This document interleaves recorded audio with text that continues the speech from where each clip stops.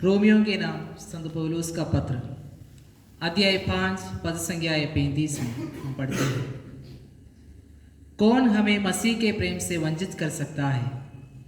क्या विपत्ति या संकट, अत्याचार, भूख, नदा, जोखिम या तलवार?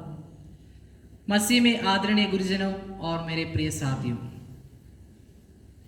ईसाइयों के लिए अत्याचार सहना एक नई बात नहीं है। आदिम कलीसिया से लेकर और आज तक और इस दुनिया के अंत तक हम हर एक ईसाई अपने विश्वास के प्रति अत्याचार को सहना अनिवार्य है।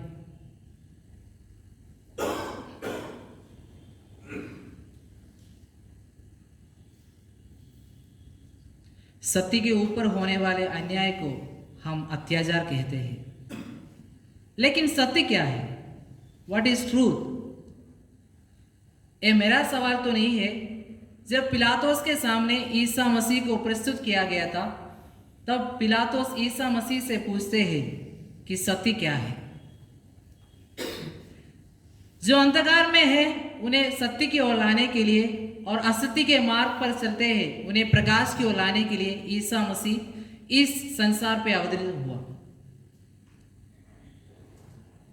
यहूदियों ने सोचा ईसा मसीह के क्रूस मरण द्वारा सत्य को इस संसार से मिटा सकेंगे या मिट्टी में दफना सकेंगे।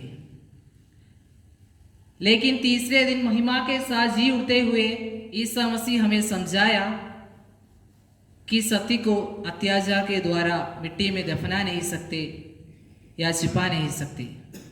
सत्य जरूर प्रकाश में आएगा, इसलिए तैयार रहे, अगले मौका आप लोगों का है। वचन कहता है, यदि तुम संसार के होते तो संसार तुम्हें अपना समझकर प्यार करता, लेकिन तुम संसार के नहीं हो, मैंने तुम्हें संसार से चुन लिया है। यदि तुम संसार के होते तो संसार तुम्हें अपना समझकर प्यार करता, लेकिन तुम संसार के नहीं हो, मैंने तुम्हें संसार से चुन लिया है।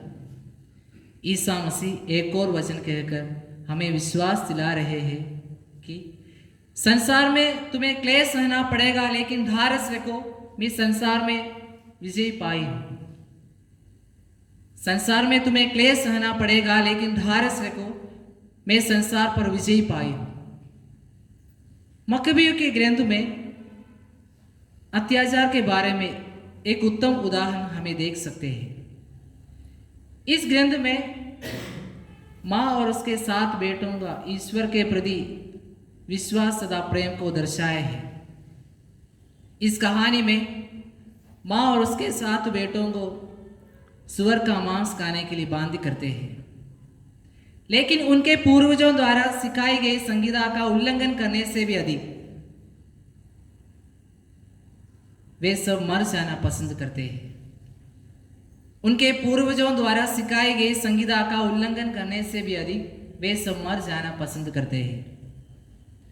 उन्होंने एक एक कर यंत्रणाएं दी ताकि बाकी डर के कारण अपने विश्वास से मुकर जाए।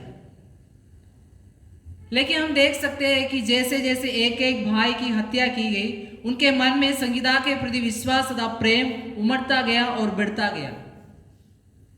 अंत में वे सारे अपने विश्वास के प्रति अपना जीवन की कुर्बानी दी।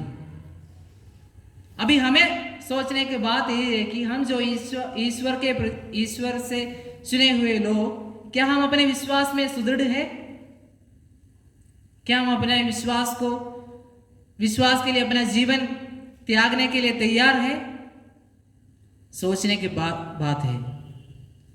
इसके लिए उत्तर ढूंढना बहुत आवश्यक बात है। इस सच्ची कहानी को आज के समय में उतारे तो हमें देख सकते हैं कि आज अपनी माता कलीसिया कितनी यंत्रणाएं सह रही है।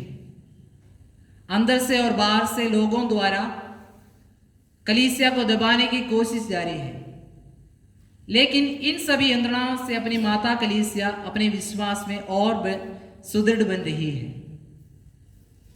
आज अपनी कलीसिया पवित्र आत्मा द्वारा संचालित है। पवित्र आत्मा को हमारे सहाय के रूप में देकर ईसा मसीह हमसे कहा, जब वह सत्य का आत्मा आएगा वह तुम्हें पूर्ण सत्य तक ले जाएगा। जब वह सत्य का आत्मा आएगा वह तुम्हें पूर्ण सत्य तक ले जाएगा। इसलिए जो लोग सत्य को जानने के लिए चाहते हैं वे सब पवित्र आत्मा से सहायता मांगे, ताकि आप लोग भी सत्य को जाने और सत्य की घोषणा कर सके। प्रवक्ता ग्रंथ अध्याय 4 पद संख्या 33 में हम पढ़ते हैं, मृत्यु तक न्याय के लिए संघर्ष करे, प्रभु ईश्वर तुम्हारे लिए युद्ध करेगा। मृत्यु तक न्याय के लिए संघर्ष करे, प्रभु ईश्वर तुम्हारे लिए युद्ध करेगा।